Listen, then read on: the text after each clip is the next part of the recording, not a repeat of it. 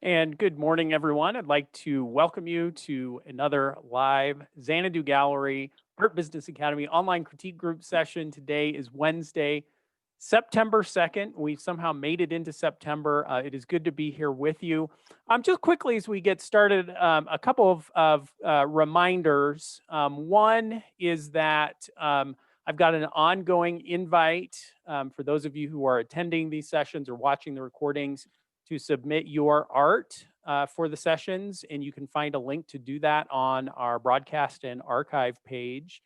And then second, I had mentioned it previously that Zoom is implementing additional security measures and are going to require us to include a passcode with our broadcasts. Up to now, it's been easy. You just see the link on the broadcast page, click it, and you're in. No problem. But beginning September 27th, they pushed it back. It had originally been in August or July. But on September 27th, they're going to require that. So just keep an eye out for that passcode. I'll include it immediately below the broadcast link on our page. So watch for that and just know that that's going to be required at the end of this month. And then also I'll mention we are currently, the Art Business Academy is currently in enrollment, which means that about two or three times a year, I open the Art Business Academy. If you are interested in joining us, it's kind of an intensive course. You can read more about it in the link at the top of this page, but just wanted to let you know that currently is open and you'll see emails on that. So with those announcements out of the way, I want to jump in and welcome our featured artist this morning. Kay is here with us, and Kay, you're joining us from Texas, is that correct? Yes, Texas. Excellent. Well, we're glad to have you here. And as we usually do, I like to begin by giving you the opportunity to just briefly introduce yourself to us. Tell us a little bit about your background and how you came to be an artist. Okay, well, I actually, I kind of wrote because I never really know how to explain it, but I've always been in the arts. And I've been drawing since the time I was little, but I primarily did musical theater. My degree was in voice, and I tried to do art and music, but it was basically impossible because of the way that they did. As you guys, anybody who majored in art would know, you've got all these long hours of, studio classes, and it's the same thing for music with performance. And my scholarship was actually for performance, so I ended up, uh, I really wanted to get a degree in art, but my parents were like, well, this is what's paying for your college. Anyway, long story short, I ended up in musical theater, and but I continued to draw, and especially like backstage. I would, there's a lot of downtime when you're not on stage and in rehearsals and stuff. And so I found myself drawing backstage, and people would offer me money for my stuff. So I was like, okay, and then at the same time, I was also teaching art. So I've always kind of had both things going on, like at a school.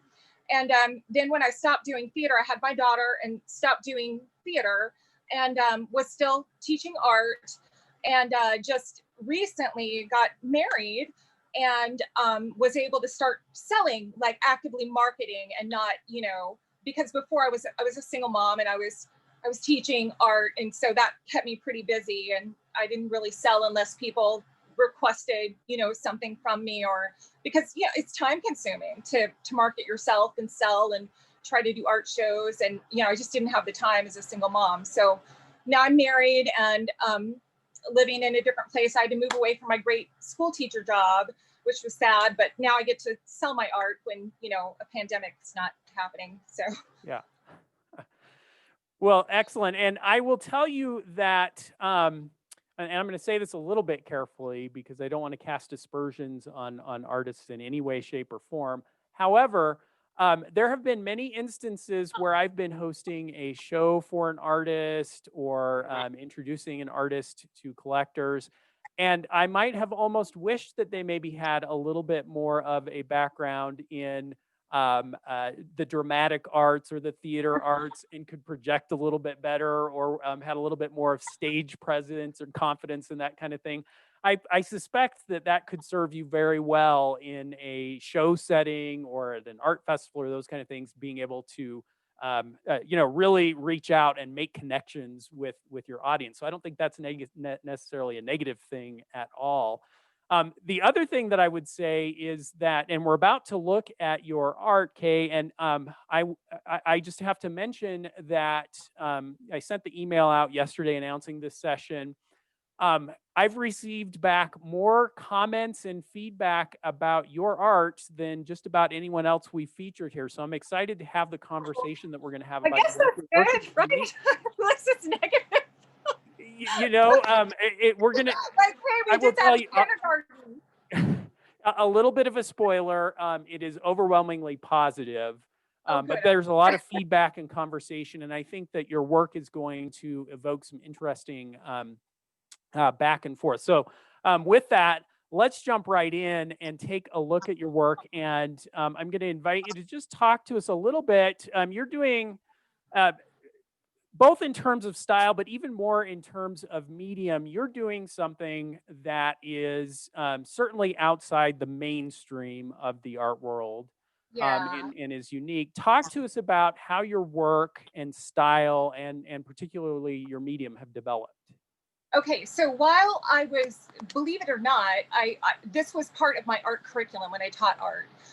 We studied. I love art history. As you can tell, I actually do a whole series called Altered Antiquity that's based on, famous artists and their artwork, but I recreate them in yarn, and because I just love, love, love, love art, and I'd love to be able to teach all these different artists to all these different kids. Well, this was actually something on folk art, and I kind of developed it myself over the years. We just would use cardboard and Arlene's tacky glue. It was based on the Huichol Indians yarn paintings. They're the ones who also do the beadwork in Mexico, in the mountains in Mexico. And so we would study about, different kinds of folk art. And then we would do small versions of this with my older kids, like my 7th and 8th graders. And it would take them a while. I mean, it's time consuming, but it's totally work. Like, the kids loved it. I mean, most kids, and some gave up at the end, but I couldn't, obviously the Huichol Indians work with wax, beeswax, and they set it out in the sun and it heats up and they're able to press the yarn into it. And theirs are very stylized. And initially I had the kids kind of doing, mimicking sort of the stylized, that folk art, that figurative kind of style. And then we sort of broke out of that because I get bored really easy. And we started doing things like pop art. And anyway, I would just always work with them when I was creating things. And so I started, I did like the scream in yarn, and I did Franz Marc's Yellow Cow in yarn, and, just in the spare time I had. And so when I started showing my art a couple years ago, I was actually trying to show other things, and I had brought along with me, because it was those lower end art shows where you can just go and kind of bring a hodgepodge of stuff. It wasn't like the juried ones necessarily, but like I started with, like every Saturday in Fort Worth or whatever. And the people were interested in the yarn, like everybody, and I was a little surprised, especially back then, because I just had kind of stuff that was hanging in my art room, like my studio in my art room, and was just sort of extra. And, I was like, when they wanted to buy my yarn paintings, I'm like, I don't know, $100. Yeah. I just didn't even really have it priced. I mean, because it was just stuff that I had done for fun, with my kids, when I was working as an art teacher. And so it kind of grew from there. And now, obviously, you can see that I'm not using Arlene's tacky glue anymore. And I started working with a permanent fabric adhesive on either fabric or canvas. And the adhesive I use is actually laundered. It's waterproof. It took me, a while to kind of figure out what works, what doesn't work, how to get it to stick, just techniques that I'm using. But now I actually paint on top of the yarn about half of the time. And so, I mean, it's so waterproof that once it's on there, it's like a tapestry, like you could launder it. I tell people you can clean it with a lint brush. It's very durable. So it's nice because when I take it to shows, I don't have to worry about glass. The frames get dinged up a whole lot more than the art does. So, I love the fact that it's really durable. I mean, I tell people I wouldn't, store it outside or whatever, like, but I mean, I have mine stored in my garage, which, by the way, this is where I am right now, my temporary art studio, excuse the mess. But yeah, that's, it's just, I started working on fabric and using that same kind of using the fabric the way that you would paper if you were doing a collage, and then painting on top of that fabric, and adding layers with paint. Like this one here has actually been painted. You can tell the difference. I tell people when I'm showing my work at shows, that like basically the layers of paint kind of works as an underpainting the yarn, and then the paint on top of it kind of just adds layers. It makes it look a little bit more realistic and less stylized, so you can sort of tell the ones that have been painted on. And so, and I think what maybe invoked a lot of the conversation and feedback that I've received, and I think is going to drive our conversation today, was in your submission, you mentioned that you have the question, is this medium, working in yarn, and I can't remember the exact way you phrased it, but the question was, is it going to be accepted in fine art galleries or among more established collectors? Is my medium impeding basically my progress with my art? And boy, did that spark a lot of conversation that we're going to come back to. Just quickly, I'll throw up some images also of presentation. Talk to me a little bit about this piece and kind of what's going on the side of the work, and how you think about the presentation of your pieces. Well, so I've tried different things in terms of framing. I was initially putting them in sort of barnwood frames that I would paint. My husband was hand making frames, and honestly, that was just too stressful because he's renovating our home, and like he would just wait till the last minute. It would completely stress me out. So I'm like, I've got to come up with a better plan for like basically how to frame my pieces. So I had already been using fabric as a background at times, like on my drafts and things. And so I decided, well, what if I use fabric on the edges, like you would, a paper if you were doing collage, but so that way you have the gallery wrap and it's a little bit cleaner, neater of a look. Not all of my work is framed like that, but I was kind of trying to move in that direction. And that's the other thing, is I feel like I'm just being kind of really 2 years into the yarn, I feel like I'm still all over the map with what I'm presenting. But yeah, and certainly that leans into what is traditionally kind of the next topic of conversation for us, which is, okay, how's the consistency of this work? How well is it tied together? What are the strengths and weaknesses when it comes to that consistency? And I would love to, here we see the back of a piece. I've got another slide that's going to come back. I'm going to come back to this image as well, because I have a comment there. But let me throw it open to those of you who are here in the live session. And again, if you're in video, you can just throw a hand up, or if you are in the audio only room, click on the hand icon. I would love to get your comments from what we've seen with the artwork so far about the consistency of the work. Do you feel that there is a consistency across these pieces that we've seen? I'll let you go ahead and just hop right in. Hold on, let me get, I got to get both my windows open here to be able to see the hands that are up. Okay, sorry, those of you in the video, anyone want to jump in? And remember, if I don't get volunteers, I do it the Army way and volunteer you. Melanie, it looks like I've got you with a comment. Good morning, Melanie. Good morning. How do you feel about the consistency of Kay's work? I do feel there's consistency now that I can see them up closer. The fact that I'm glad to hear that she is painting over them. Some of them, right, Kay? About half. I usually do some kind of either like, especially with the eyes, I'll come in and kind of neaten up or clean up, or because it's yarn. I mean, it's almost like working with crayons in a way. Yeah. Okay, we're talking about consistency here. Is that what we're talking about? Yeah. Okay. Gosh, well, I might be changing my mind here. Yeah. Because this one looks like the way it's applied and everything looks different to me than the first elk painting you showed. So this one is not painted. This one has this wolf Oops, has a let me go little back. bit of paint, but this moose is basically completely unpainted. I did a Okay. little bit of touch up on the eye, but the rest is the yarn. Okay. So it looks a lot more stylized. It's not nearly as in depth or realistic, quote unquote realistic, you know? Okay. This Okay. guy has a lot of paint on him. Almost the whole thing is painted. I see. Okay. I guess I'm seeing a little bit of inconsistency, I'm feeling. And Yeah. I can't quite put my finger on it, but Yeah, I'll just leave it at that.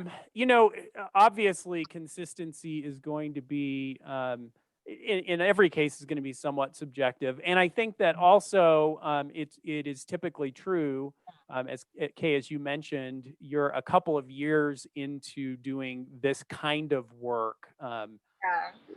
With seriousness, and it would not be untypical to see an artist in the early phases of developing a medium and creating the work to be experimenting and moving in different directions. So it wouldn't be too surprising to see some inconsistency there. And Melanie, I agree. As you look at these, we're seeing a limited sampling here, but as you look at these 5 pieces, it's easy to say, yeah, I can see some differences between these pieces. Oh, I I'd see love it to get some other worse. comments. Oh, go ahead, Kay. My whole body is even worse. Like I try to be cohesive when I'm sending things in, but yeah, the whole body of work is just a little ridiculous. So well, and we obviously I'm going to encourage consistency. I'm going to have some more comments though. I'd love to get a few more of you in the session though. Caroline, do I have you? Should be asking you to unmute. Okay. Gotcha, Am I Caroline. unmuted? Okay. Hi. Well, I think she's got 2 different. Can you all hear me? Because I've Yep, got yeah, a earphones. little quiet, but yeah, I've got you. Okay. I think you've got 2 different styles going on here, and one is the more scenes, but the Lotus one is approaching something very beautiful and fascinating. And I don't think, I think in today's world with the emphasis on fiber art, you wouldn't have a problem with that being considered seriously. Your animals are more stylized and in every way, compositionally. yeah. I think that maybe that deer or elk or whatever he is, that one right there is maybe the weakest. And if you go over to that moose, Jason, that moose was really very, very wonderful. Spectacular. Yeah. I mean, it's very stylized, has an abstract quality, but has that realism in it. So that, and it has a real feel of Native American or some other influence, that is more native. Yeah, and the wolf too. So maybe just segregate these 2 areas, and one is concentrating on this, I want to call it Native American influence on your animals, and the other is a kind of vision that you have with, I don't know what to call it other than scenes, but the Lotus one is lovely, Thank Good, you. thanks, Caroline. And I think also maybe Kate, you had a comment. Let me see if I can get you in. I went to your website, and so you had subgroups of Safari, the West. Altered antiquity. Exactly. And so when I looked at each of those groups, it all made sense. And within each group, it was very consistent. Yeah. Yeah. So having looked at that, I don't think there's as much problem for me. Now, if you wanted a little bit from each group, that might hurt in a gallery setting, but Yeah, it's an interesting point, Kate, that sometimes context can really make a difference. And looking at the different groupings of work as bodies of work, um, I'm going to agree with what's being said, that there is some variety here. But I also think that by thinking a little bit about how the work's being presented, how it's being grouped, the narrative around the work, that I could make a pretty strong argument that both in terms of style, but also because of your medium, you're going to get some latitude in terms of being, the range of subject matter you can treat, the different approaches to style, because you've got that underlying element working in the yarn, working in the textile, that a collector looking at the work is going to say, yeah, I see some variety here, but it's very interesting to me that it's all been done using this medium that I am not accustomed to, that I don't run into every day. Yeah. And I also think that there's going to be some interest among those collectors to see the different directions that you're able to push the work using this medium. That's going to be very interesting to them. It's going to kind of cause that moment, a light. I would think of it as a light bulb moment where they're going to say, "Wow, I haven't seen it before, but this is fascinating, and the effect is very striking." So I think you get some latitude, and I'm going to, even just with the images that I'm seeing here, but also certainly with the work that you show on the website, I don't see a problem with consistency here. Now, that's not to say that over time, it's almost inevitable that you're going to start getting feedback from galleries and collectors, that maybe some of the subjects and some of the media are more interesting to them, and in almost a natural way, you're going to respond to that. And over time, there's going to be a tendency to narrow down the work. But I don't see a problem at this stage in your development in having a little bit broader range of different work that you're doing. Now, I know we have a lot more comments, and I see feedback coming in on consistency, but there are a few other things I want to talk about. And I mentioned we looked at the framing of this piece, and this will show you how a gallery owner's mind works. This image came up for me as I was looking at it, and I had some alarm bells go off, and these were the alarm bells. No sawtooth hangers, my brain Oh, said. okay. Yes. Well, okay. So those two pieces were supposed to go to Bayou City like a year ago, and it never happened. So I didn't actually. The backs of them are not finished. I would normally have like sawtooth hangers on them. I just thought you meant like yeah. So I can show you one that like would actually hang in my booth. Because all of the ones that I have right now were basically meant to. Oh, wires only. Oh no. Oh, Yes. wait, I see what you're saying. You want wires, not sawtooth hangers. Yes, exactly. And Oh. so and I'm glad you sent this photo in, because it gives me a chance to get up on my soapbox and talk about this. It's a purely practical, not philosophical matter. But when it comes to display of the artwork, especially in a gallery setting, but I would argue even if you're doing shows and festivals, we want to be thinking about the kind of simplifying and making it easy to display and move the artwork around. And this is a conversation I have with artists in my gallery all the time. So I'm not trying to pick on you, I promise, Kay. But artists will come in with a piece of artwork, and they've come up with some creative new way to hang the artwork. The most popular one is some kind of cleat, where they've got a metal or a wood cleat that I'm supposed to install on the wall, and the artwork just slides onto it. Or it might be sawtooth hangers. And they'll start to extol to me the virtues of this. It helps it stay even. It's not going to move around. And what my reply is, well, what you're not realizing is that every 2 or 3 weeks, I'm making significant changes in my gallery space, moving artwork around, receiving new artwork. And sometimes, I mean, about once a month, I'm rehanging the majority of artwork in the gallery. And so I'm thinking about, how quickly can I do this? And if there is sawtooths like you have there, where there are 2 of them, that means I've got to put in 2 hooks or nails. I've got to get them level, and I've got to get it to hang. And that's going to take me about 2 to 3 minutes. Not a big deal, but when you multiply 2 to 3 minutes by 100 pieces of art, suddenly you start to say, whoa, that really adds up quickly. And a typical painting with a wire, I can hang in about 40 seconds.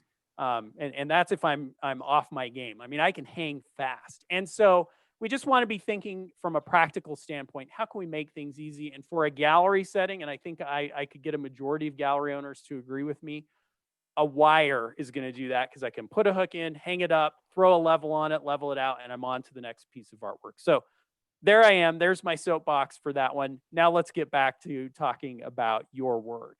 Oh, and Kay, it looks like I might have you on mute. Hold on. Let's see. It should be asking. There we go. Gotcha. I was just going to say, in my defense, Oh, good. that I started with wire, and I actually, so I don't know if you know anything about art festivals or anybody who does art festivals. I started with the mesh walls because I thought, I'm doing shows in Texas. I want breathability. They were cheaper. I thought they would be easier to, anyway, with the mesh, it's almost impossible. The heavier the pieces, like the more you need, you've got to have the dual. I had to switch over to hangers because it like pulls them off the wall. Like it has to be super taut and you have to hang both sides. It's a pain. Anyway, like I've actually tried to switch over to pro panels. So now I will probably go back to wiring the back of my pieces, but thank you. Cause I did not think about the whole gallery thing. That's a great point.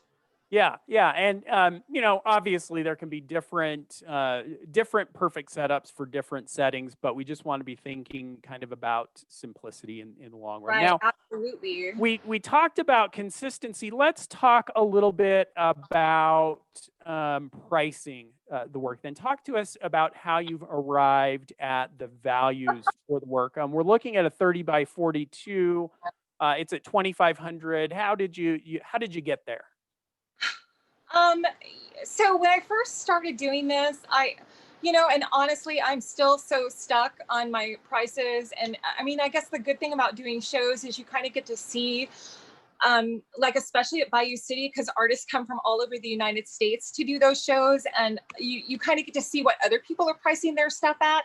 And honestly, my stuff, is on the low end, like, especially at places like Bayou City, it's on the really low end. And so, like I, try to take into consideration things like time, how much time it took me and that kind of thing. Cause those larger pieces can take, about a month. And so you don't want to be like, oh, I made $500 for the month. Yeah. Because it took me like a full month, and you're not really doing prints because it sort of defeats the purpose of, I've been on and off again with prints and like, do I even want to mess with that? And so you don't want to just like be doing a hobby, an expensive hobby that you can't really make your money back. And, so it's just, I don't know. I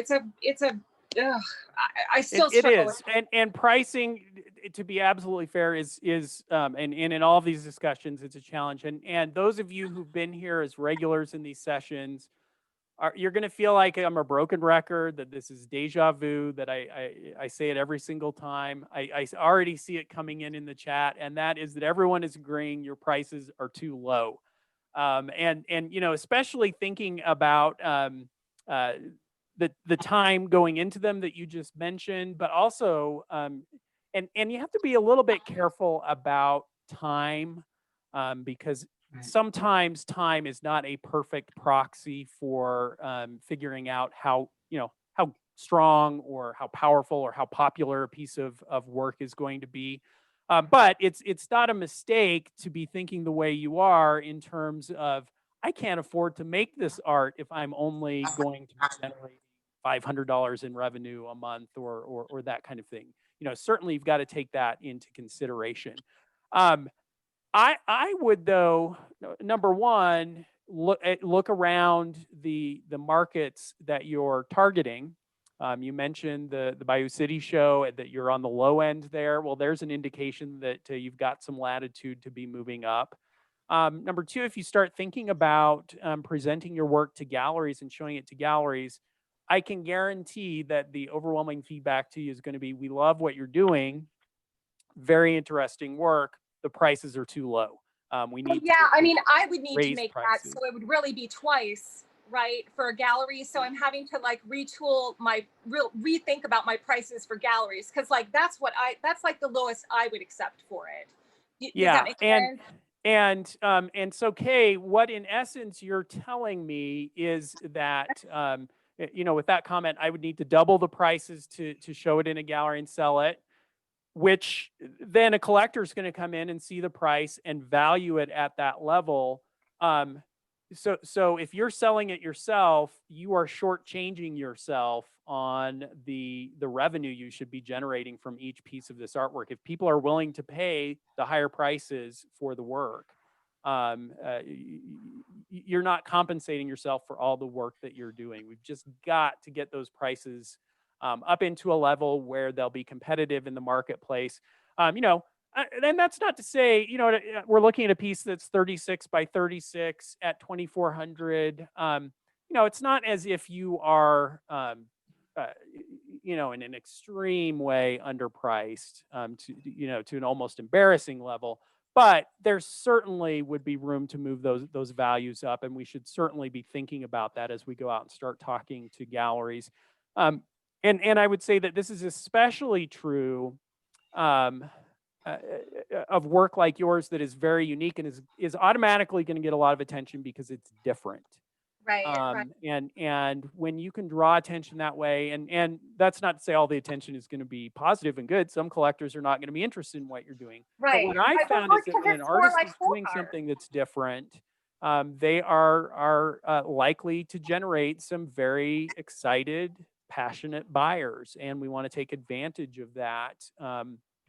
And the other thing is, we don't want to be sending the message that, and what I would suspect you would find is collectors would experience this work in a gallery setting and say to themselves, I love this, it's unique, it's different. Why is it priced so low? Right.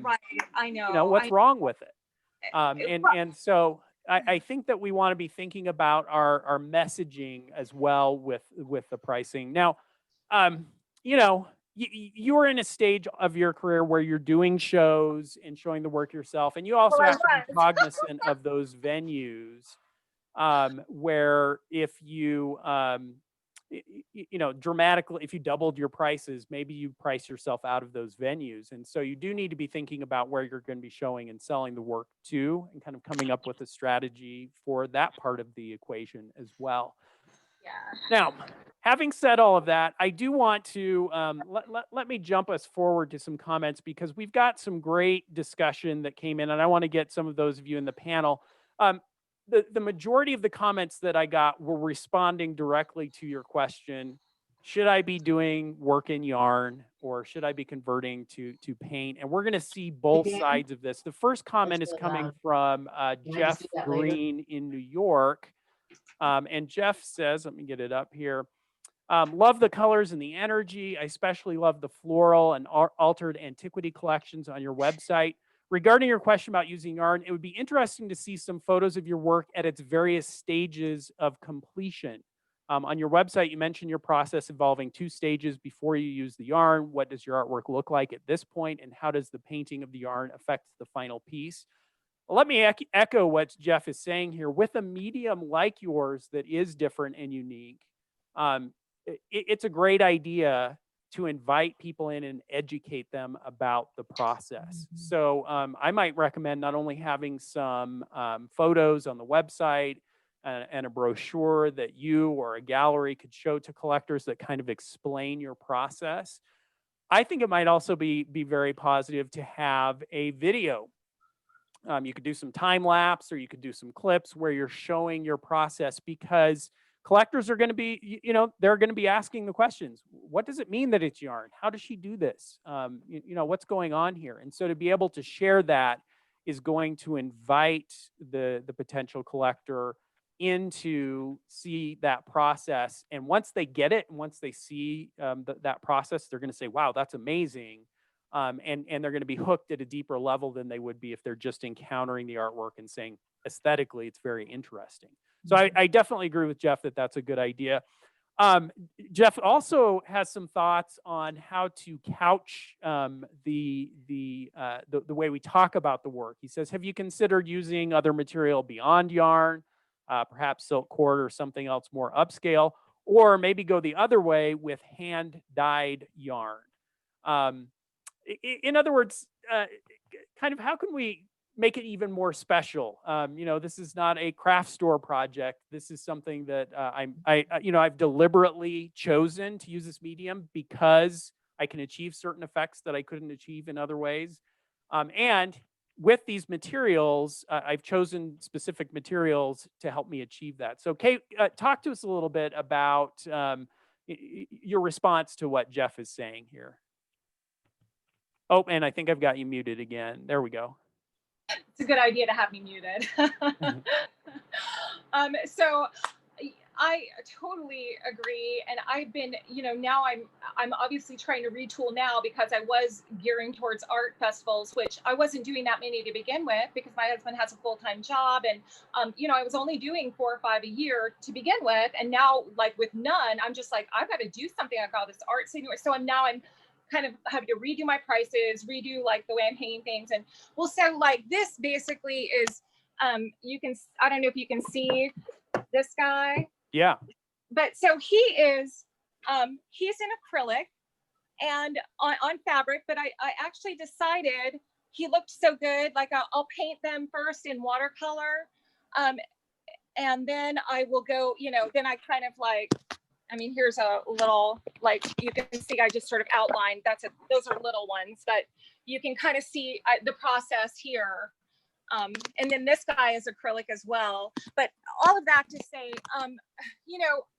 so they don't look that polished, but like that's basically, I'll start with an outline. He started as an outline and I started watercoloring him in. And then I liked him so much that I just painted him. So he's acrylic.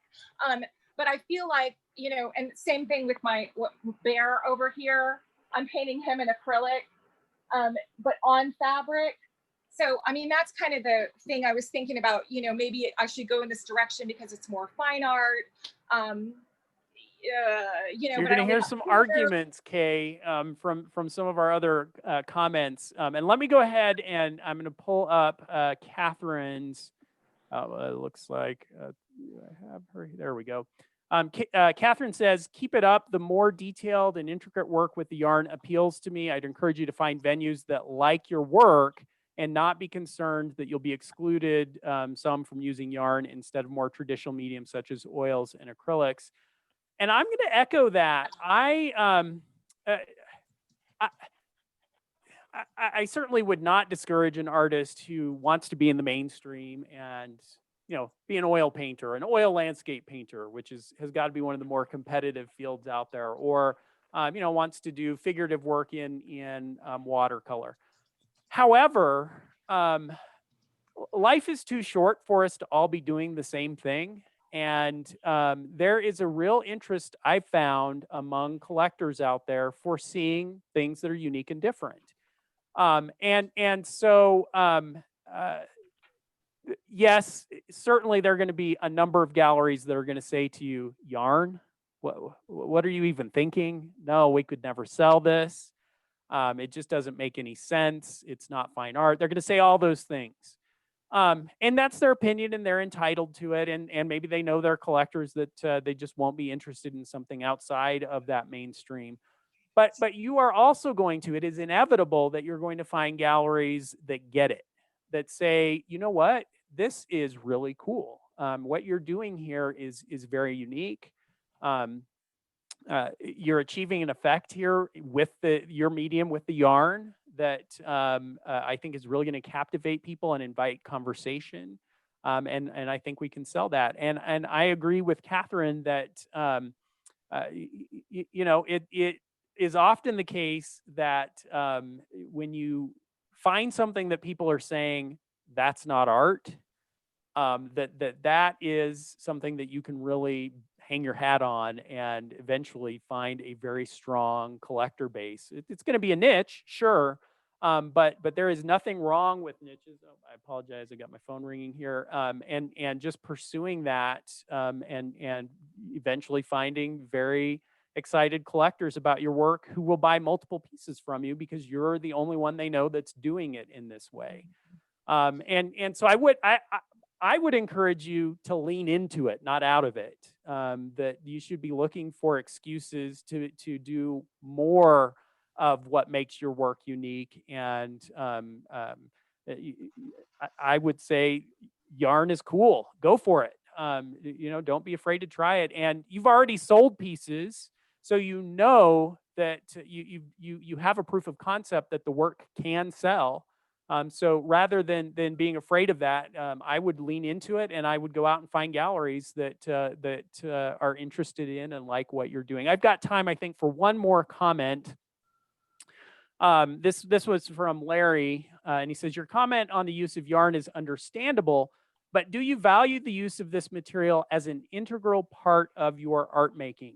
If so, a note from a male landscape watercolorist: yarn, weaving, quilting, etc. suffer not from a lack of fine artistry, but from parochial projections from some sections of the art world. I think the art domain is greatly enriched by artists like you who work off the grid of traditional paint and sculpture.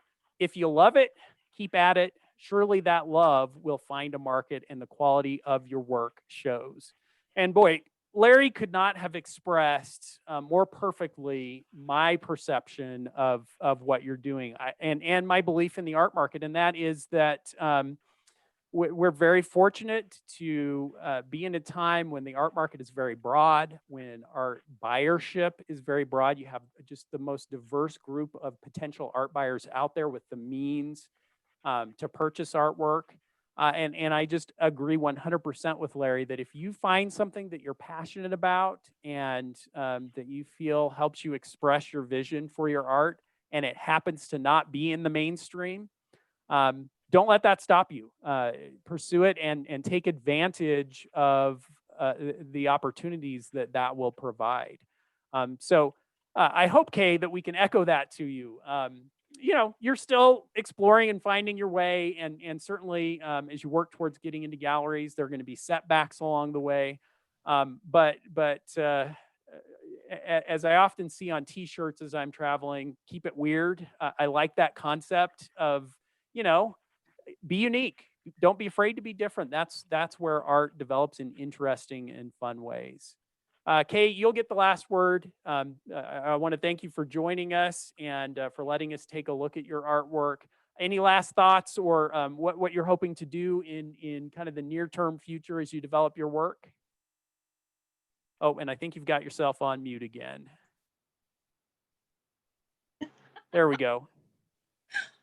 Yeah, I always tell people when I'm at art shows, I mean, the reason that I started doing this is because nobody else is doing it. Like, I really do love to paint, and I miss drawing, and I miss sort of that, I'm a very detailed drawer and painter. So it's good for me to do yarn in a way because it's like looser and I can't get the detail and I can't, so it's a little bit of letting go, if that makes sense. But I just struggle with it feeling too folk arty and not like, anyway, all of that to say, initially I was like, nobody else is doing yarn. That's the comment I get the most, is that, we've never seen this before. And it's really hard to stand out at some of those shows because the talent is off the charts, like at places like Bayou City. But, I've just been frustrated with the fact that, like, I haven't had success with places like Cottonwood or getting into Main Street, getting into some of those higher end shows, that I think are looking for more fine art but now I'm trying the gallery route, I mean, I was talking about outdoor art festivals there. So, now I'm just trying to see other routes and other venues for my work, Yeah. Yeah, well, I would, and I think you're going to see an echo of this, and I see it in the chat, and certainly I only got to a small portion of the comments that came in by email, but the overwhelming sentiment was, keep going, keep doing what you're doing. We want to see your work develop, and I suspect, and I think that the overwhelming sentiment was that with some work, you'll find an audience that's just as passionate about it as you are and just as interested in it as we have all been in this session. So, Kay, thank you again so much for joining us, letting us look at your work, and we're going to look forward to following you and see how the work continues to develop and push forward. Thanks so much. Thank you so much. Thank you. Thank you, everybody. And thanks everyone for joining us. We'll look forward to seeing you next week in our next session. Take care, everyone.